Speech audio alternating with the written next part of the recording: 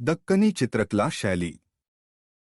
दक्कनी चित्रकला के इतिहास को 16वीं शताब्दी के अंत से 17वीं शताब्दी के अंत तक देखा जा सकता है, जब मुगलों ने दक्कन पर आधिपत्य स्थापित किया। इस शैली का प्रभाव 19वीं शताब्दी के असफिया राजवंश के चित्रकला से लेकर प्रांतीय राज्य के राजाओं और नवाबों तथा हैदराबाद के निजाम के अधीनस्थ कई शासकों के काल में देखने को मिलता है। दक्कनी चित्रकला शैली को लंबे समय तक इंडो पर्शियन शैली समझा जाता था। इसके उद्गम का आधार मध्य पूर्वी सफाविद, फारसी, तुर्की चित्रकला शैली या मुगल चित्रकला शैली को माना जाता है। सुल्तान आदिल शाह द्वितीय तंबूरा बजाते हुए फारूक बेग, बीजापुर 1595 से 1600, राष्ट्रीय संग्रहालय, प्राग, चेक गणराज्य। कला इतिहासकारों ने दक्कनी चित्रकला शैली को एक विशिष्ट चित्रकला शैली मानते हुए भी एक स्वतंत्र चित्रकला शैली के तौर पर इसके अस्तित्व को नहीं स्वीकारा, जबकि इस चित्रकला शैली को दक्कन के कई राजाओं का संरक्षण प्राप्त हुआ जिनकी प्रखर राजनैतिक व सांस्कृतिक दृष्टि थी। इन राजाओं ने चित्रकारों को बहाल किया, संरक्षण प्रदान किया और उनकी कलात्मक संवेदनशीलता में वृद्धि करते हुए अपनी शासकीय आवश्यकताओं के अनुरूप चित्रण करवाया। मानवाकृति का चित्रण और ऐतिहासिक व धार्मिक आकृतियों का चित्रांकन इस समय की कई शैलियों में दिखाई पड़ता है। इन अर्थों में मुगल चित्रकला ही सिर्फ विशिष्ट शैली नहीं थी। इस तरह की कलात्मकता सफाविद और ऑटोमन शैली में भी दिखाई देती है। इस शैली के चित्रण उत्कृष्ट हू चित्र के लिए मशहूर थे। कलात्मक विकास विशेषत एशियन इस्लामिक कला व मुगल कला में बड़े पैमाने पर दिखाई देता है। विंध्य पर्वतों से दूर दक्षिणी भारत के पठारी क्षेत्रों में 16वीं-17वीं शताब्दी में विभिन्न दक्कनी शासकों के अंतर्गत तत्कालीन क्षेत्रीय व सांस्कृतिक विशेषताओं के साथ आकर्षक सशक्त चित्रकला शैली का विकास हुआ। बीजापुर, गोलकुंडा और अहमदनगर के शासकों ने चित्रकला की अति परिष्कृत विशिष्ट शैली को विकसित किया। इस चित्रकला शैली की अद्भुत रसमयता, मधुर रंगों की तीव्रता क्षेत्रीय सौंदर्य बोध से जुड़ी है। चित्रकारों ने घने संयोजन के चित्रों में प्रणय का वातावरण रचा जिसमें सौंदर्य की सहज स्वाभाविक अभिव्यक्ति हुई। अहमदनगर चित्रकला शैली। दक्कनी चित्रकला के शुरुआती उदाहरण अहमदनगर के हुसैन निजाम शाह प्रथम 1553 से 65 के कविता संग्रह से मिलते हैं। 12 लघु चित्रकारियों में अधिकांश चित्रों में युद्ध दृश्यों का चित्रण बिना किसी कलात्मक विशिष्टता के हुआ है, परंतु वे चित्र जिसमें रानी के विवाह का चित्रण हुआ है, उनमें रंगों की भव्यता, रेखांकन की मधुरता से हमें संतुष्टि की अनुभूति होती है। युवती का चित्रण मालवा और अहमदाबाद के प्राक मुगल चित्रकला से साम्यता रखते हुए उत्तर भारतीय परंपरा में हुआ है। अहमदनगर के इस चित्रण में युवती की वेशभूषा थोड़े बदलाव के साथ उत्तर भारतीय परंपरा में है, जिसमें उसने चोली पहनी हुई है और उसकी लंबी चोटी है जिसके अंत में फूंदने बंधे हैं। शरीर के इर्द गिर्द से होते हुए नितंब तक लटकते लंबे दुपट्टे का चित्रण दक्षिण भारतीय शैली में है, जो लेपाक्षी के भित्ति चित्रों में दिखाई देता है। रंग योजना निश्चित तौर पर उत्तर भारतीय पांडुलिपि चित्रण से भिन्न है, जो व्यापक रूप से मुगल चित्रशाला से मेल खाती है। इसमें अधिक तीखी व समृद्ध रंग योजना है। दक्कनी चित्रकला में भी ये विशेषताएं हैं। ऊंचा उठा हुआ वृत्ताकार क्षितिज और सुनहरे आकाश का चित्रण फारसी प्रभाव प्रदर्शित करता है। तारिफ ए हुसैन शाही सिंहासन पर बैठे राजा, अहमदनगर 1565 से 69, भारत इतिहास संशोधक मंडल, पूना। हम देख सकते हैं कि सभी दक्कनी राज्यों के परिदृश्य का पूरा चित्रण ही फारसी शैली से प्रभावित है। दक्कन की रागमाला चित्रकला श्रृंखला के चित्रों में नारी चित्रण में वेशभूषा का चित्रण काफी रोचक है। इसमें 16वीं शताब्दी के दक्कनी चित्रकला का विकास दिखाई देता है। नारी चित्रण में बालों का जूड़ा लिपाक्षी भित्ति चित्रों की तरह गर्दन पर टिका हुआ है। क्षितिज लुप्त हो गया है, जिसे रंग विहीन उदासीन पृष्ठभूमि में छोटे छोटे पौधों के चित्रण या विथिका के ऊपर दक्कनी शैली जैसे गुंबदाकार वस्तु के अंकन से विस्थापित किया गया है। बालों को बनाने की शैली के अलावा अन्य सभी विशिष्टताओं में उत्तर भारतीय या फारसी शैली के चिन्ह मिलते हैं। पुरुषों की वेशभूषा भी निश्चित रूप में उत्तर भारतीय है। लंबी नुकीली चाक वाला जामा प्राक अकबरी लघु चित्रकारी में काफी दिखाई देता है। ये चित्र संभवतः दिल्ली अहमदाबाद के बीच के क्षेत्र में बने हैं। छोटी पगड़ी का चित्रण भी प्रारंभिक अकबरी लघु चित्रकारी के प्रभाव में है, जो 1567 की गुलिस्ता के चित्रों में दिखाई देता है। गुलिस्ता के इन चित्रों को बुखारा के चित्रकारों ने चित्रित किया है। तथ्यात्मक रूप से यह भी संभावना है कि इन चित्रकारों ने दक्कनी चित्रकला के लिए भी काम किया। इसका संदर्भ या प्रमाण बांकीपुर लाइब्रेरी, पटना में संग्रहित एक पांडुलिपि से मिलता है। यह चित्रकार यूसुफ द्वारा हस्ताक्षरित 1569 है और इब्राहिम आदिल शाह को समर्पित है। ये संभवतः गोलकुंडा के इब्राहिम कुतुब शाह हैं, जिन्होंने 1550 से 80 के बीच यहाँ शासन किया।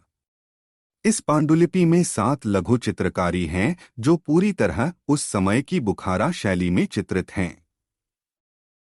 नुजूम अल उलूम, समृद्धि का सिंहासन, Bijapur, 1570 Chester BT library, Dublin, Ireland. Bijapur चित्रकला शैली। चित्रपात्र 16वीं शताब्दी के बीजापुर के चित्रों में 1570 ईस्वी का चित्रित विश्वकोश नुजूम अल उलूम महत्वपूर्ण है। इसके 876 लघु चित्रकारियों में बर्तन, अस्त्र, शस्त्र और नक्षत्र के हैं। इसमें नारियों का चित्रण रागमाला चित्रकला की तरह लंबी और पतली तथा दक्षिण भारतीय वेशभूषा में हुआ है। बीजापुर चित्रकला शैली को अली आदिल शाह प्रथम 1558 से 80 और उसके अधिकारी इब्राहिम द्वितीय 1580 से 1627 ने संरक्षण दिया। दोनों कला व साहित्य प्रेमी थे। इब्राहिम द्वितीय भारतीय संगीत के मर्मज्ञ थे और उन्होंने भारतीय संगीत पर नौरस नामा पुस्तक लिखी। यह नुजूम अल उलूम के भी लेखक थे। उनके आधिपत्य में ही संभवतः 1590 ईस्वी में रागमाला श्रृंखला प्रमाणित हुई। बीजापुर का तुर्की से संबंध उस श्रृंखला के अंतरिक्ष संबंधी चित्रों के चित्रांकन में दिखता है। ये चित्र तुर्की पांडुलिपि से काफी प्रभावित हैं। रागमाला के आध्यात्मिक व भावपक्ष अंतरात्मा से संबंधित चित्र भारतीय प्रभाव में हैं, जिनमें लेपाक्षी शैली की झलक दिखाई देती है।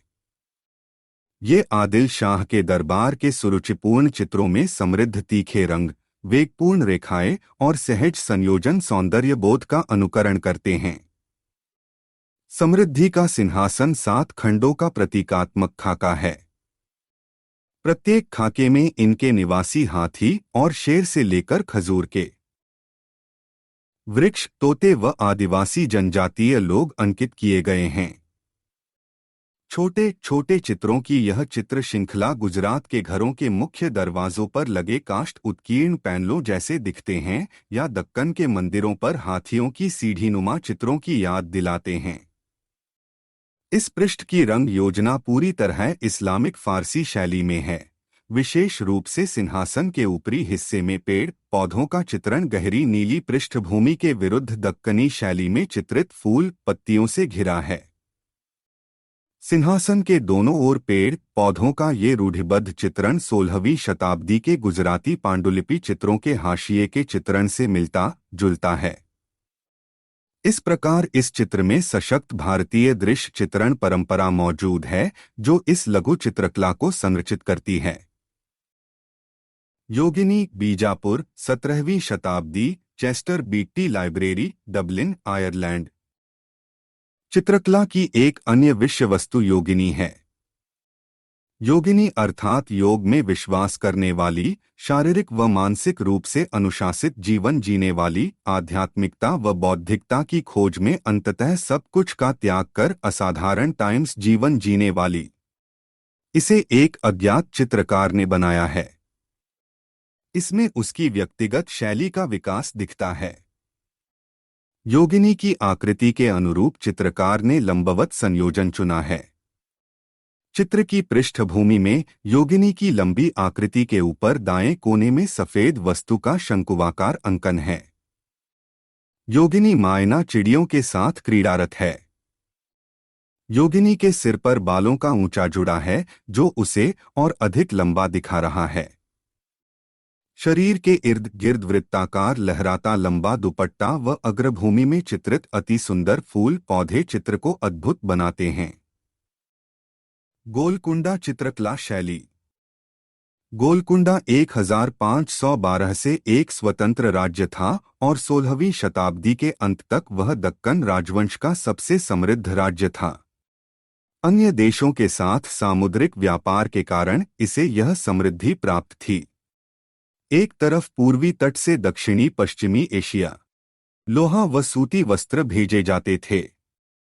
फारस, पर्शिया के साथ विशेष रूप से छपाई किए हुए सूती कपड़े का व्यापार होता था, जो बाद में पश्चिमी यूरोप में काफी लोकप्रिय हुए। 17वीं शताब्दी की शुरुआत में यहाँ हीरा पाया गया, जिससे व्यापार की स्थिति और अधिक मजबूत हुई और यह आय का अच्छा स्रोत बन गया। गोलकुंडा के पुरुष स्त्रियों विशेषकर नर्तक, नर्तकियों और अन्य दरबारियों द्वारा पहने जाने वाले आभूषणों में यह समृद्धि दिखाई देती है।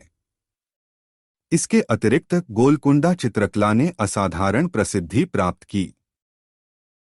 मोहम्मद कुली कुतुब शाह के सामने नृत्य प्रस्तुतिकरण गोलकुंडा 1590 ब्रिटिश संग्रहालय, लंदन, यूके, यूनाइटेड किंगडम। 17वीं शताब्दी में जब डच व्यापारियों द्वारा सुल्तानों की छवियों को यूरोप लेकर जाया गया तब गोलकुंडा कला प्रसिद्ध हुई।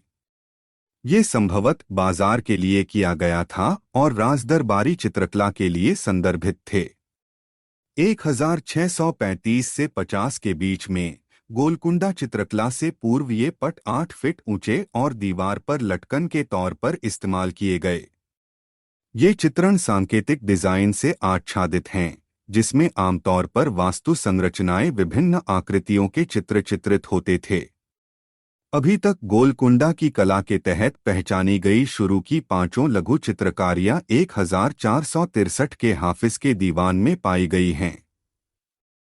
ये चित्र दरबार के दृश्यों का प्रतिनिधित्व करते हैं। इनमें से एक चित्रण में चित्र के बीचों बीच युवा शासक सिंहासन पर बैठा है। वह हाथ में लंबी सीधी ठेठ दक्कनी तलवार पकड़े हुए है। उसने मलमल का कोट पहना हुआ है, जिसमें लंबवत कढ़ाई की हुई पट्टी लगी हुई है। यह गोलकुंडा दरबार की वेशभूषा है। 5 चित्रकलाओं में आकाश, वास्तु व बहुत सी आकृतियों की वेशभूषा के चित्रण में सुनहरे रंग का प्रचुर मात्रा में प्रयोग हुआ है। दरबार में नर्तकियों की कलाबाजियों का आनंद लिया जा रहा है। संयोजन में एक जैसे अनुपयोगी वास्तु की एक के ऊपर कई पट्टियों का चित्रण काफी रोचक है। फर्श पर आकृतियों से सुसज्जित कालीन बिछा है। चित्र मुगल प्रभाव से बिल्कुल अछूते हैं। बैंगनी रंग का उन्मुक्त प्रयोग हुआ है। कुछ भित्ति चित्रों के चित्रण में एक चित्र में नीली लोमड़ियों व सियारों का रोचक चित्रण किया गया है। मोहम्मद कुतुब शाह 1611 से 20 का एक चित्र है, जिसमें वह अपने शासन के शुरुआती काल में दीवान पर बैठे हैं। छोटी चुस्त सुरुचिपूर्ण टोपी के साथ उन्होंने ठेठ गोलकुंडा पोशाक पहनी है। उनकी 1590 वाले चित्रों से काफी साम्यता के बावजूद संयोजन में अधिक तकनीकी दक्षता और परिष्करण दिख रहा है। दरबारियों व दूल्हे के वेशभूषा के चित्रण में प्लास्टिक की परत दिखाई देती है। सूफी कविता की पांडुलिपि में पद का सचित्र चित्रण है, जिसमें पदों की व्याख्या के साथ लगभग 20 लघु चित्रकारियां हैं। इसमें सुनहरे रंग का प्रचुर इस्तेमाल किया गया है। नीले और सुनहरे रंग की अलग अलग पट्टियों से आकाश का विचित्र चित्रण देखा जाता है, जिसमें सुनहरा रंग नीले रंग के नीचे है। दोनों पट्टियों में बादलों का चित्रण है। पुरुष और स्त्रियों की वेशभूषा बीजापुर के इब्राहिम द्वितीय के काल के प्रचलन जैसी है। पेड़ पौधे दक्कनी शैली जैसे हैं। कुछ पौधों को घनी पत्तियों के बीच चित्रित किया गया है। एक अन्य चित्र में छोटी चिड़िया से बातचीत करती स्त्री का चित्रण है, जो दक्कनी चित्रकला शैली की एक और अन्य विशेषता है। एक बगीचे में कवि मुहम्मद अली गोलकुंडा 1605 से 15 ललित कला संग्रहालय, बोस्टन, संयुक्त राज्य अमेरिका। संयोजित घोड़ा। 17वीं शताब्दी की इस चित्रकला में कई आकृतियों व कलात्मक तत्वों का रोचक मिश्रण हुआ है, जिसकी पराकाष्ठा संयोजित घोड़ा के रूप में हुई है। इस चित्रकला के अंदर मानव व पशु पक्षी की आकृतियों को एक साथ इस तरह से चित्रित किया गया है कि यह असाधारण संयोजन बन गया है। अलंकृत पृष्ठभूमि पर सरपट दौड़ते हुए घोड़े का यह अद्भुत चित्रण है। उड़ते हुए पक्षी, सिंह, चीनी बादल, पौधे व विशाल वृक्षों का रुचिकर संयोजन है, जिनमें अति यथार्थवादी कला तत्वों की झलक मिलती है। एक तरफ सभी आकृतियों को हवा में उड़ते हुए गतिशील दिखाया गया है, दूसरी ओर अग्रभूमि में नीचे के दोनों किनारों पर चट्टानों का चित्रण इसे विलक्षण बनाता है। कल्पनाशीलता का पुट भी इसे विशिष्टता प्रदान करता है। सभी गतिशील क्रियाओं को बहुत सीमित रंग योजना में भूरे और नीले रंग से चित्रित किया गया है। सुल्तान इब्राहिम आदिल शाह द्वितीय हॉकिंग। यह चित्रकला असाधारण ऊर्जा और संवेदना से परिपूर्ण है। घोड़े के पैरों और पूंछ के कोने पर तीखा लाल रंग सुल्तान इब्राहिम आदिल शाह द्वितीय के लहराते हुए वस्त्र का चित्रण एक दृश्यात्मक अनुभव प्रदान करता है। पृष्ठभूमि में पत्तियों से भरे घने जंगल में काई रंग, पन्ना हरा रंग, नीला रंग, हरे रंग की पत्तियों, संभोगर्त पक्षी का जोड़ा, नीले आकाश व सुनहरे सूर्य की किरणों से चमकता संयोजन अति आकर्षक है। सबसे अद्भुत बीच में चमकता सफेद बाज और सुल्तान का तराशा हुआ चेहरा है। घोड़े और चट्टानों के चित्रण में फारसी प्रभाव दृष्टिगोचर होता है। अग्रभूमि में पेड़ पौधों और घना परिदृश्य देशी प्रभाव प्रदर्शित करता है। दौड़ते घोड़े की गति संपूर्ण चित्र को ऊर्जावान और परिदृश्य को मनोहरी सुरम्य बनाती है। यह चित्रकला institute of the peoples of Asia, Leningrad, रूस में संग्रहित है। राग हिंडोल की रागिनी पथमासिका। राष्ट्रीय संग्रहालय, नई दिल्ली में राग हिंडोला की रागिनी पथमासिका शीर्षक की एक दिलचस्प चित्रकला संग्रहित है। यह भारतीय संगीत विधा के रागमाला परिवार का एक महत्वपूर्ण भाग है, जो कि लगभग 1590 से 95 के समय के पूर्व का है। कुछ अध्येताओं का विश्वास है कि यह दक्कन के एक महत्वपूर्ण राज्य बीजापुर से संबंधित है। लगभग मुगल चित्रकला शैली के विकास के साथ साथ ही दक्कनी राज्यों में चित्रकला का एक अत्यधिक कला रूप विकसित हुआ। चित्रकला में फारसी प्रभाव स्पष्ट है। यह प्रभाव दो गुंबदों पर बेलबूटे के काम से सुसज्जित पृष्ठभूमि पर दिखाई देता है, जो कि चित्रकला के ऊपरी भाग को चित्रित करता है। इस चित्रकला में दोनों गुंबदों के ऊपर की गई सुसज्जा में फारसी चित्रकला का प्रभाव दिखाई देता है। गुंबदों का ऊपरी भाग चित्र को विभाजित करता है, जहां खाली स्थान पर देवनागरी लिपि में लिखा गया है। मंडप में दो महिलाएं खूबसूरती से सजे और आभूषण पहने हुए दिखाई दे रही हैं, जबकि तीसरी इसके बाहर दिखाई दे रही है। केंद्र में बैठी महिला वादक एक भारतीय वाद्य यंत्र बजा रही है, जो कि वीणा प्रतीत होता है, जबकि पास में अन्य दो महिलाएं अपने शरीर से लयबद्ध होती प्रतीत होती हैं। इस चित्रकला में चमकीले रंग हैं। लाल रंग प्रमुख है और हरे रंग द्वारा सराहा जाता है। आकृतियों को इस अर्थ में शैलीबद्ध कहा जा सकता है कि चेहरे सहित उनके शरीर का निर्माण लगभग सूत्रात्मक विवरणों पर किया गया है। गूढ़ रेखा के साथ लगभग सभी रूपों पर जोर दिया गया है। इसे सदियों पहले चित्रित अजंता के भित्ति चित्रों में भी देखा जा सकता है। यहाँ यह भी ध्यान देने योग्य है कि बाएं हाथ के कोने में एक हाथी सूंड उठाए हुए है, जो स्वागत का एक मनोहर संकेत है। नाप में छोटा होने के बावजूद हाथी दृश्य रुचि जागृत करता है और स्थापत्य विद्या की संरचना को तोड़ता है। सुल्तान अब्दुल्ला कुतुब शाह। बीजापुर के सुल्तान अब्दुल्ला का छवि चित्रण राष्ट्रीय संग्रहालय नई दिल्ली में संग्रहित है। चित्र के ऊपरी भाग में फारसी अभिलेख है। सुल्तान कुतुब शाह दक्कन के प्रसिद्ध राज्य बीजापुर का समर्थ शासक था।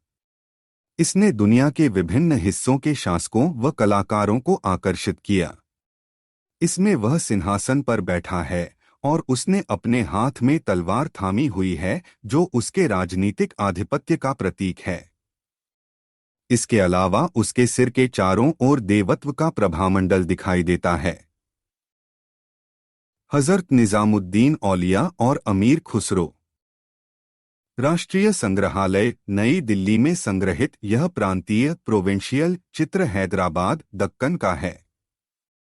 यह 13वीं शताब्दी के पूर्वतीय सूफी संत हजरत निजामुद्दीन औलिया को दर्शाता है। इस चित्र में वह अपने शिष्य तथा प्रसिद्ध कवि और विद्वान हजरत अमीर खुसरो का संगीत सुन रहे हैं। इन दिनों नई दिल्ली हजरत निजामुद्दीन औलिया की दरगाह पर खुसरो द्वारा अपने पीर की प्रशंसा में कव्वाली आयोजित की जाती है। इस नियमित सांस्कृतिक कार्यक्रम का आनंद लेने के लिए दुनिया भर से श्रद्धालु यहां आते हैं। हैदराबाद के दरबार से लिया गया यह चित्र बगैर किसी तकनीकी व कलात्मक परिष्करण के अति सरल चित्र है। इसके बावजूद इसमें भारतीय लोकप्रिय विषय का विवरणात्मक और आकर्षक चित्रण है। पोलो खेलते हुए चाँद बीबी। यह चित्रकला सर्वाधिक समृद्ध और सांस्कृतिक रूप से परिष्कृत दक्कन राज्य के बीजापुर की रानी चाँद बीबी का है। चाँद बीबी ने सम्राट अकबर द्वारा राज्य पर अधिकार करने के राजनीतिक प्रयासों का विरोध किया था। सम्माननीय और निपुण शासक चाँद बीबी बड़ी खिलाड़ी भी थीं। इस चित्रण में वह चौगान खेलते हुए दिखाई गई हैं। यह उस समय का लोकप्रिय शाही खेल है। यह चित्र की बहुत बाद अवधि की प्रांतीय शैली का है और यह राष्ट्रीय संग्रहालय नई दिल्ली में संग्रहित है।